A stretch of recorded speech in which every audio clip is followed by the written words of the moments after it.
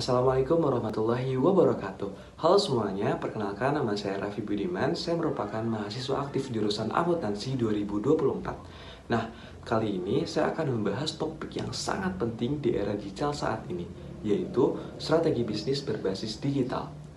Topik ini saya ambil dari buku E-Business and E-Commerce Management karya Dev Chavi.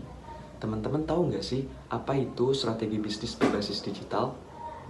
Jadi intinya strategi bisnis berbasis digital ini merupakan bagaimana perusahaan bisa menggunakan internet dan juga teknologi digital untuk berbisnis dengan cara yang lebih efektif dan lebih efisien dibandingkan metode konvensional. Nah, strategi ini memiliki tujuan yang sangat penting. Yang pertama adalah meningkatkan efisiensi operasional. Yang kedua, itu memberikan pengalaman pelanggan yang jauh lebih baik. Dan yang ketiga, tentunya menang dari kompetitor di era digital saat ini. Baik teman-teman, selanjutnya kita akan membahas jauh lebih dalam terkait strategi bisnis berbasis digital. Nah, strategi ini memiliki 4 pilar utama untuk menggapai tujuan yang telah saya sebutkan tadi. Yang pertama adalah strategic analysis. Bayangin, ketika kita akan menghadapi perang, kita harus tahu terlebih dahulu musuhnya siapa, ancamannya bagaimana, persenjataan apa yang kita miliki, dan juga medan perang seperti apa yang akan kita hadapi. Ini merupakan analogi gampang terkait strategi analisis. Nah, di tahap ini, perusahaan akan melihat lingkungan internal dan eksternal perusahaan, dan biasanya perusahaan akan menggunakan tools atau alat bantu seperti SWOT Analysis ataupun Porter's Five Forces, di mana ini membantu perusahaan untuk melihat sejauh mana kelemahan, kekuatan, ancaman, dan juga opportunities atau kesempatan yang mereka punya. Selanjutnya, strategi yang akan kita pakai adalah strategic objective. Nah, setelah kita tahu kondisi dan juga keadaan bisnis kita, baru deh kita bikin visi, misi, dan juga tujuan spesifik dari bisnis yang kita miliki. Hal ini penting, mengapa?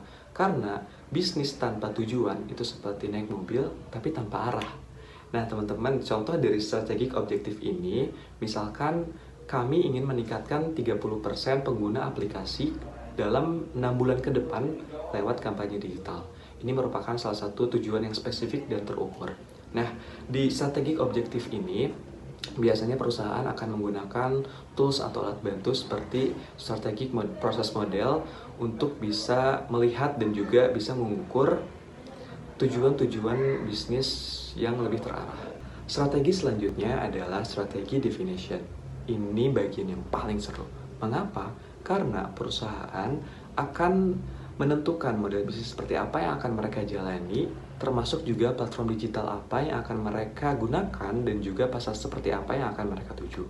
Biasanya perusahaan akan menggunakan tools atau alat bantu seperti Unsolved Matrix dan juga e-channel strategi untuk membantu mereka menentukan apakah akan ekspansi ke pasar baru atau fokus di produk baru mereka, ataupun platform digital seperti apa yang akan mereka gunakan untuk bisnis mereka.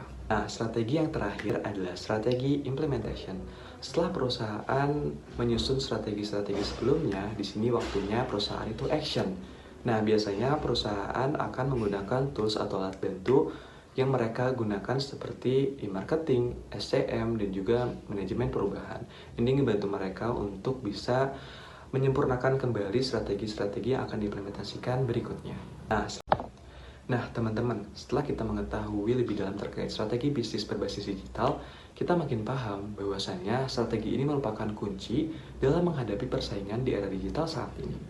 Nah, seperti yang dikatakan oleh Michael E. Partner, bahwasannya kunci sukses itu bukan sekedar kita memanfaatkan teknologi, akan tetapi bagaimana kita mengimplementasikan teknologi tersebut secara strategis. Sekian presentasi yang bisa saya sampaikan. Kurang dan lebihnya mohon maaf. Saya Raffi Budiman. Wassalamualaikum warahmatullahi wabarakatuh.